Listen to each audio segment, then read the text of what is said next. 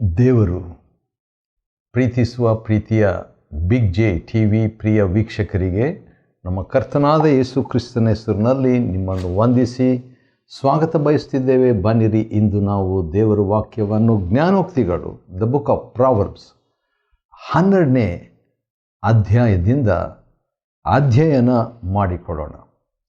12ನೇ ಅಧ್ಯಾಯದಲ್ಲಿ ಆತ್ಮಿಕ ಜೀವನದ 28 ಮಾರ್ಗಗಳನ್ನು ನಾವು ನೋಡಿಕೊಳ್ಳಬಹುದು. ಇದರಲ್ಲಿ ಒಟ್ಟು 28 ವಚನಗಳಿದೆ, 28 ಮಾರ್ಗಗಳು, 28 ways to spirituality.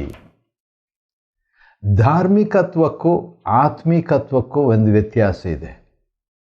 ಧಾರ್ಮಿಕತ್ವ ಮಾನವೀಯವಾದದ್ದು, ಇಟ್ಸ್ ಎ ಹ್ಯೂಮನ್ ಥಿಂಗ್. ಆತ್ಮಿಕತ್ವ ದೈವಿಕವಾದದ್ದು, ಇಟ್ಸ್ ಎ ಡಿವೈನ್ ಥಿಂಗ್. ಆದ ಕಾರಣ ಆತ್ಮಿಕತ್ವಕ್ಕೆ ಅಥವಾ ಆತ್ಮಿಕ ಜೀವನಕ್ಕೆ 28 ಮಾರ್ಗಗಳಿದೆ. ಒಂದೊಂದು ವಚನದಲ್ಲಿ ಒಂದೊಂದು ಮಾರ್ಗ ಇದೆ, ಅದನ್ನು ನಾವು ನೋಡಿಕೊಳ್ಳೋಣ. ಬನ್ನಿರಿ, ಬಂದು ಇದರಿಂದ ನಾವುಗಳು ದೇವರ ಅಭಿಷೇಕವನ್ನು, ದೇವರ ಪ್ರಸನ್ನತೆಯನ್ನು, ದೇವರ ಪ್ರಕಟಣೆಯನ್ನು ಹೊಂದಿಕೊಳ್ಳೋಣ. ಯಾಕಂದರೆ ನಾವು ಈಗ ವ್ಯವಹರಿಸುವುದು ದೇವರ ವಾಕ್ಯ. ದೇವರ ವಾಕ್ಯ ಅಂತ ಹೇಳಿದಾಗ ದೇವರೊಂದಿಗೆ, ಇದನ್ನು ಬರೆದ ಗ್ರಂಥಕರ್ತನಾದ ಪವಿತ್ರಾತ್ಮನೊಂದಿಗೆ ನಾವು ವ್ಯವಹರಿಸ್ತಿದ್ದೇವೆ. ಆತನ ಸಹಾಯವನ್ನು ಕೋರುತ್ತಾ ನಾವು ಅಧ್ಯಯನ ಮಾಡಿಕೊಳ್ಳೋಣ. ಮೊದಲನೇ ವಚನ, ತಿಳುವಳಿಕೆಯನ್ನು ಪ್ರೀತಿಸುವವನು. ಆತ್ಮಿಕ ಜೀವನಕ್ಕೆ ಮೊದಲನೇ ಮಾರ್ಗ ತಿಳುವಳಿಕೆಯನ್ನು, ಸಿಂಪಲ್ ಆಗಿ ಹೇಳಬೇಕಾದರೆ ದೇವರ ವಾಕ್ಯವನ್ನು ಪ್ರೀತಿಸಬೇಕು. ದೇವರ ವಾಕ್ಯವನ್ನು ಪ್ರೀತಿಸುವಾಗ ಅದೇನಾಗ್ತದೆ, ಆತ್ಮಿಕ ಜೀವನಕ್ಕೆ ಮೊದಲನೇ ಮಾರ್ಗ ನಾವು ಕಂಡು ಹಿಡಿದುಕೊಂಡ ಹಾಗೆ ದೇವರ ವಾಕ್ಯವನ್ನು ಪ್ರೀತಿಸಬೇಕು. ಕೀರ್ತನೆ 119ನೇ ಅಧ್ಯಾಯ 165ನೇ ವಚನದಲ್ಲಿ, ನಿನ್ನ ಧರ್ಮಶಾಸ್ತ್ರವನ್ನು ಪ್ರೀತಿಸುವವರಿಗೆ ಎಷ್ಟೋ ಸಮಾಧಾನ, ಅಂಥ ವ್ಯಕ್ತಿಗೆ ವಿಘ್ನಕರವಾದದ್ದು ಒಂದು ಇರುವುದಿಲ್ಲ ಅಂತ ದೇವರು ತನ್ನ ವಾಕ್ಯದಲ್ಲಿ ಸ್ಪಷ್ಟವಾಗಿ ಹೇಳಿರುವಾಗ ರಹಸ್ಯ, ಆ ಒಂದು ದಾರಿ ಏನಂತ ಹೇಳಿದರೆ ದೇವರ ವಾಕ್ಯವನ್ನು ಪ್ರೀತಿಸುವುದು. ಎರಡನೇ ವಚನ, ಒಂದೊಂದು ವಚನದಲ್ಲಿ ಒಂದೊಂದು ಮಾರ್ಗ. ಯಾವುದಕ್ಕೆ ಮಾರ್ಗ? ಆತ್ಮಿಕ ಜೀವನಕ್ಕೆ ಮಾರ್ಗ, ಆತ್ಮಿಕತ್ವಕ್ಕೆ ಮಾರ್ಗ. Way to spirituality are 28 ways. Each words has got one way. ಎರಡನೇ ವಚನದಲ್ಲಿ ಎರಡನೇ ಮಾರ್ಗ ಇದೆ. ಅದೇನಂತ ಹೇಳಿದರೆ ಒಳ್ಳೆಯವನಿಗೆ ದಯೆ. ಒಳ್ಳೆಯವನಿಗೆ ದಯೆ. ಹೌದು, ನಾವೆಲ್ಲರೂ ಪಾಪಿಗಳು ಅಂತ ದೇವರ ವಾಕ್ಯ ಹೇಳ್ತದೆ. ರೋಮ 3:10, 3:23. ಆದರೆ ರೋಮ 5:1, ಪಾಪಿಗಳಾದ ನಾವು ಯೇಸು ಕ್ರಿಸ್ತನನ್ನು ನಂಬುವಾಗ ನಾವು ನೀತಿವಂತರಾಗ್ತೇವೆ. ಯಾಕಂದರೆ ನಮ್ಮ ಪಾಪ ಆತನು ತೆಗೆದುಕೊಂಡು ತನ್ನ ನೀತಿಯನ್ನು ನಮಗೆ ಕೊಡುವುದರ ಮುಖಾಂತರವಾಗಿ 2 ಕೊರಿಂಥ 5:21 ಪ್ರಕಾರವಾಗಿ ನಾವು ಒಳ್ಳೆಯವರಾಗ್ಬಿಡ್ತೇವೆ. ದೇವರು ಒಳ್ಳೆಯವನಾಗಿರುವ ಪ್ರಕಾರ ಆ ಒಳ್ಳೆತನ ನಮಗೂ ಕೂಡ ಬರುವಂಥದ್ದಾಗ್ತದೆ. ಆ ಒಳ್ಳೆತನದಿಂದ ನಮಗೆ ದೇವರ ದಯೆ ಸಿಗ್ತದೆ ಅಂತ. ಅದು ಎರಡನೇ ಮಾರ್ಗ ಆತ್ಮಿಕತ್ವಕ್ಕೆ. ಅದೇನಂತ ಹೇಳಿದರೆ ಒಳ್ಳೆಯವರಾಗಿ ದೇವರ ದಯೆ ಪಡ್ಕೊಳ್ಳೋದು. ಮೂರನೇ ಮಾರ್ಗ ಆತ್ಮಿಕತ್ವಕ್ಕೆ, ಥರ್ಡ್ ವೇ ಟು ಸ್ಪಿರಿಚುವಾಲಿಟಿ, 3ನೇ ವಚನದಲ್ಲಿದೆ. ಅದೇನಂತ ಹೇಳಿದರೆ ಶಿಷ್ಟನು ಯಾವಾಗಲೂ ದೃಢಮೂಲನೇ. ವಾವ್!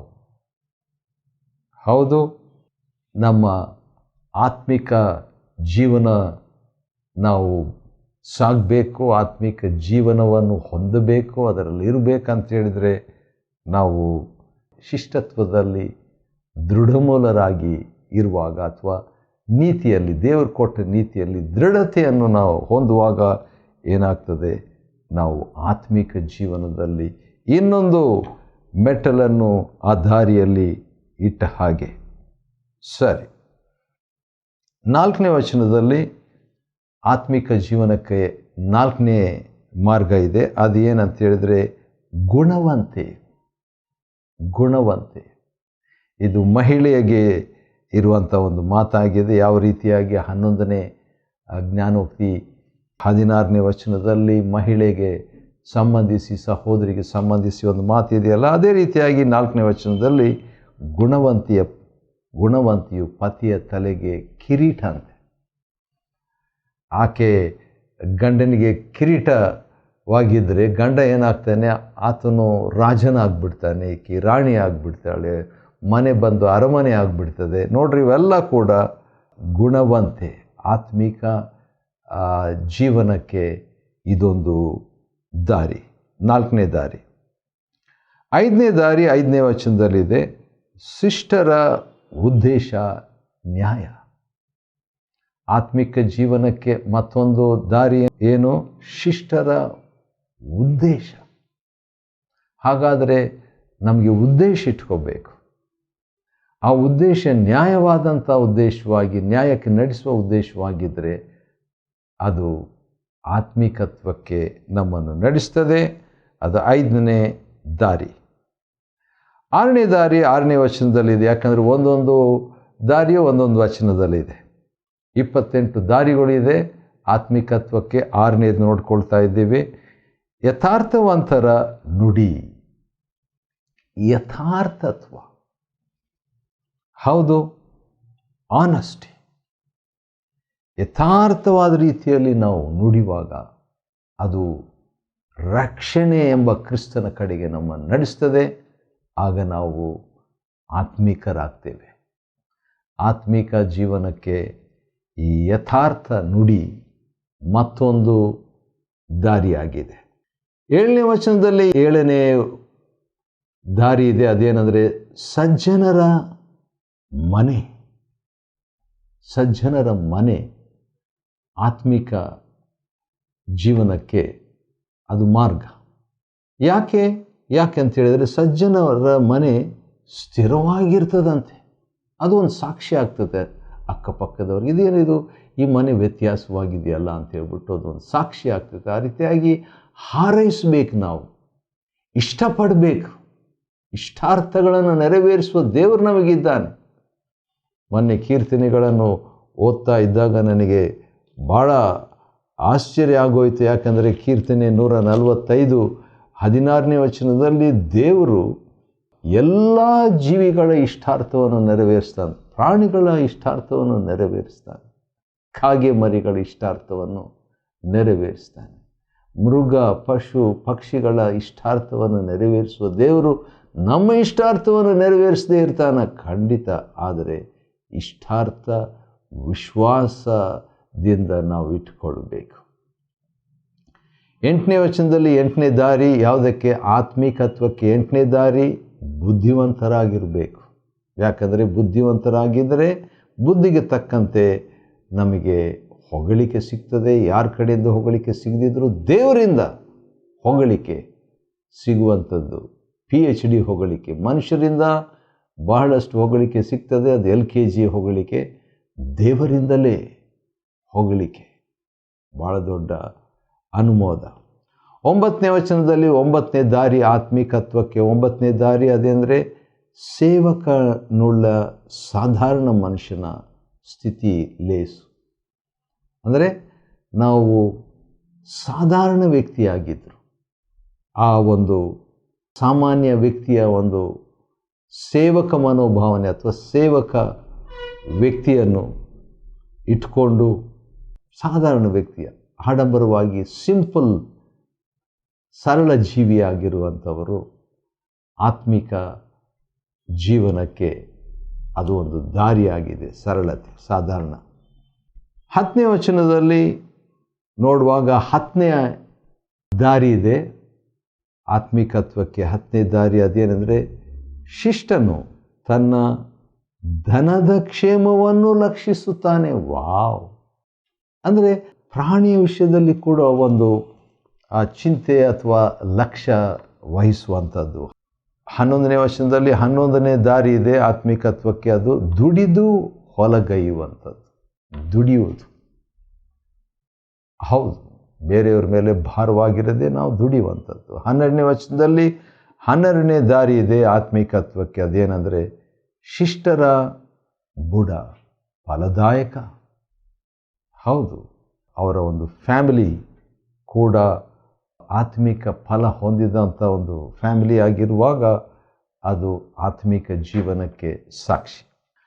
13ನೇ ವಚನದಲ್ಲಿ 13ನೇ ದಾರಿ ಇದೆ ಆತ್ಮಿಕತ್ವಕ್ಕೆ, ಅದೇನೆಂದರೆ ಶಿಷ್ಟನು ಇಕ್ಕಟ್ಟಿನಿಂದ ಪಾರಾಗುವನು. ಹೌದು, ಯಾಕಂತ ಹೇಳಿದರೆ ದೇವರು ಬಿಡಿಸ್ತಾನಲ್ವ, ಆದ ಕಾರಣ ಶಿಷ್ಟತ್ವದಿಂದ ಅವನಿಗೆ ಬಿಡುಗಡೆ.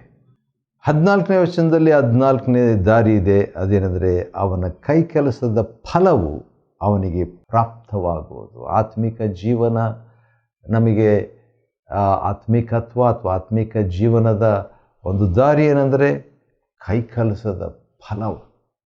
ಹೌದು, ಪ್ರಾರ್ಥನೆ ಮಾಡಬೇಕು, ಹೌದು, ದೇವ್ರ ವಾಕ್ಯ ಓದಬೇಕಾದರೆ ಪ್ರಯಾಸ, ಕೈ ಕೆಲಸ. 15ನೇ ವಚನದಲ್ಲಿ 15ನೇ ಒಂದು ದಾರಿ ಇದೆ ಆತ್ಮಿಕತ್ವಕ್ಕೆ, ಅದೇನೆಂದರೆ ಜ್ಞಾನಿಯು ಉಚಿತಾಲೋಚನೆಯನ್ನು ಗಮನಿಸುವ ಜ್ಞಾನಿ.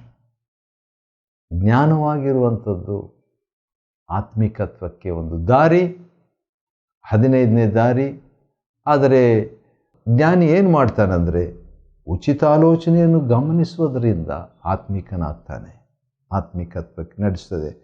16ನೇ ವಚನದಲ್ಲಿ 16ನೇ ಒಂದು ದಾರಿ ಇದೆ ಆತ್ಮಿಕತ್ವಕ್ಕೆ, ಅದೇನೆಂದರೆ ಜಾಣನು ಅವಮಾನವನ್ನು ಮರೆಮಾಡುವನು.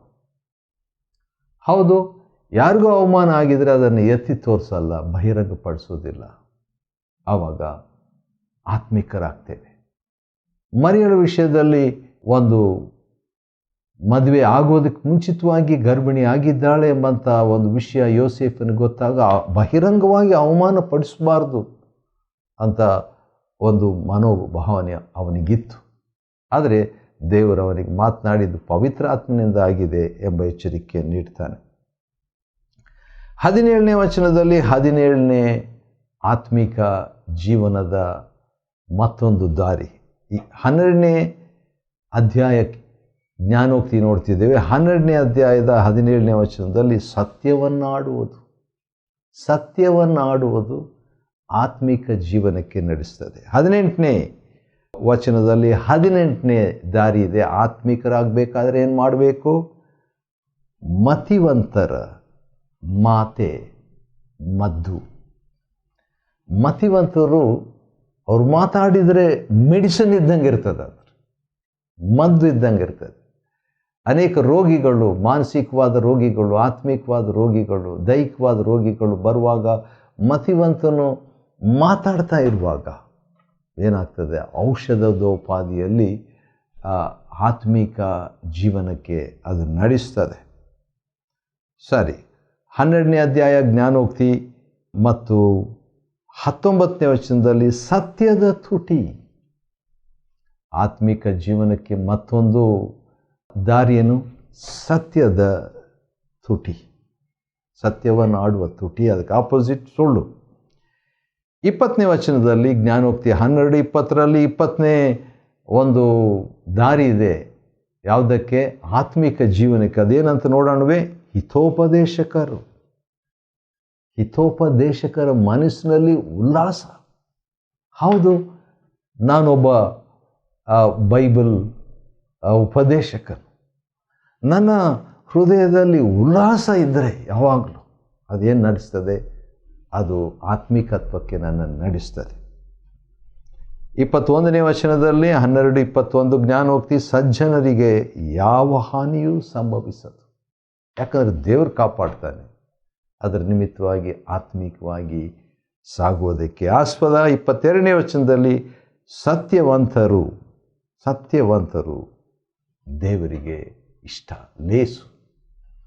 ಆಗ ಆ ಸತ್ಯವಂತಿಕೆಯಿಂದ ಅವರು ಆತ್ಮಿಕ ಜೀವನಕ್ಕೆ ಸಾಕ್ತಾರೆ. 23ನೇ ವಚನದಲ್ಲಿ ಜಾಣನು ತಿಳಿದದ್ದನ್ನು ಗುಪ್ತ ಪಡಿಸುವನು. ತಿಳಿದಿದ್ದ ನನಗೆ ಎಷ್ಟು ಗೊತ್ತಿದೆಯೋ ಅಷ್ಟು ಹೇಳ್ತೀನಿ ಎಂಬುದಾಗಿದ್ದರೆ ಏನಾಗ್ತದೆ? ಅದು ಆತ್ಮಿಕತ್ವಕ್ಕೆ ದಾರಿ. 23ನೇ ದಾರಿ. 24ನೇ ದಾರಿ, ಚುರುಕುಗೈಯವನಿಗೆ ರಾಜ್ಯಾಧಿಕಾರ, ಪ್ರಮೋಷನ್. ಚುರುಕು ಕೈ ಅಂದರೆ ಸೋಮಾರಿತನ ಇರಬಾರ್ದು. ನಾವು ಸೋಮಾರಿತನ ಇಲ್ಲದಿದ್ದರೆ ಆತ್ಮಿಕರಾಗ್ತೇವೆ, ಚುರುಕಾಗಿದ್ದರೆ. ಹೌದು, 25ನೇ ವಚನದಲ್ಲಿ 25ನೇ ದಾರಿ ಇದೆ ಆತ್ಮಿಕತ್ವಕ್ಕೆ. ಅದೇನಂತ ನೋಡೋಣ. ಕನಿಕರದ ಮಾತು. Wow, I like it. ನನಗಿಷ್ಟ ಕನಿಕರದ ಮಾತು. ನನ್ನಲ್ಲಿ ಇನ್ನೂ ಹೆಚ್ಚಾಗಿ ಇರಬೇಕಂತ ಬಯಸ್ತೇನೆ. ಯಾಕಂದರೆ ಕನಿಕರದ ಮಾತು ನಮಗಿದ್ರೆ ಏನಾಗ್ತದೆ? ಆತ್ಮಿಕರಾಗ್ತೇವೆ.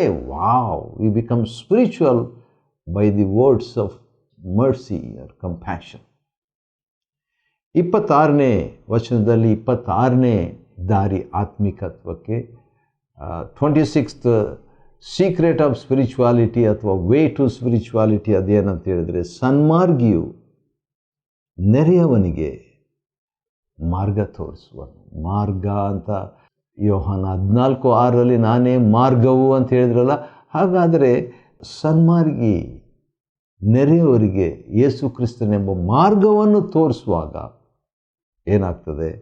ನಾವು ಆತ್ಮಿಕರಾಗ್ತೇವೆ. 27ನೇ ವಚನದಲ್ಲಿ 27ನೇ ದಾರಿ ಇದೆ ಯಾವುದಕ್ಕೆ? ಆತ್ಮಿಕತ್ವಕ್ಕೆ, ಆತ್ಮಿಕ ಜೀವನಕ್ಕೆ. ಅದೇನೆಂದರೆ, ಚಟುವಟಿಕೆ ಅವನಿಗೆ ಅಮೂಲ್ಯ ಸಂಪತ್ತು. ಅಂದರೆ ಹೌದು, ದೇವರು ರಿವಾರ್ಡ್ ಮಾಡ್ತಾನೆ. ಮೊದಲು ದೇವರ ರಾಜ್ಯಕ್ಕಾಗಿ, ನೀತಿಗಾಗಿ ತವಕ ಪಡುವಾಗ ನಮಗೆ ಅಗತ್ಯವಾದದ್ದೆಲ್ಲವೂ ದೇವರು ಒದಗಿಸ್ಕೊಡ್ತಾನೆ. ಮತ್ತೆ 6:33 ಅದು ಆತ್ಮಿಕತ್ವಕ್ಕೆ ನಮ್ಮನ್ನು ನಡೆಸ್ತದೆ. ಕೊನೆಯದಾಗಿ ಜ್ಞಾನೋಕ್ತಿ 12ನೇ ಅಧ್ಯಾಯದಲ್ಲಿ 28 ಆತ್ಮಿಕ ಮಾರ್ಗಗಳನ್ನು ನೋಡ್ತಾ ಇದ್ವಿ. ಅಂದರೆ ಆತ್ಮಿಕ ಜೀವನಕ್ಕೆ 28 ಮಾರ್ಗಗಳು. ಆ 28ನೇ ವಚನದಲ್ಲಿ 28ನೇ ಮಾರ್ಗ ಆತ್ಮಿಕತ್ವಕ್ಕೆ ಏನು ಎಂಬುದಾಗಿ ನೋಡುವಾಗ, ಧರ್ಮ ಮಾರ್ಗ ಅಥವಾ ಜೀವ ಮಾರ್ಗದಿಂದ ಜೀವ ಲಾಭವು. ಹೌದು, ಇಷ್ಟೊಂದು ಮಾರ್ಗಗಳು ಆತ್ಮಿಕ ಜೀವನಕ್ಕೆ ದೇವರು ನಮಗಿಟ್ಟಿದ್ದಾನೆ. ಅದರಲ್ಲಿ ನಡೆಯುವಂತೆ ದೇವರು ಸಹಾಯ ಮಾಡಲಿ. ಜ್ಞಾನೋಕ್ತಿ 12ನೇ ಅಧ್ಯಾಯವನ್ನು ಅಧ್ಯಯನ ಮಾಡಿಕೊಳ್ಳುವಂತೆ ದೇವರು ಕೊಟ್ಟ ಕೃಪೆಗಾಗಿ ಆತನಿಗೆ ಸ್ತೋತ್ರವಾಗಲಿ. ದೇವರು ನಿಮ್ಮನ್ನು ಆಶೀರ್ವದಿಸಲಿ.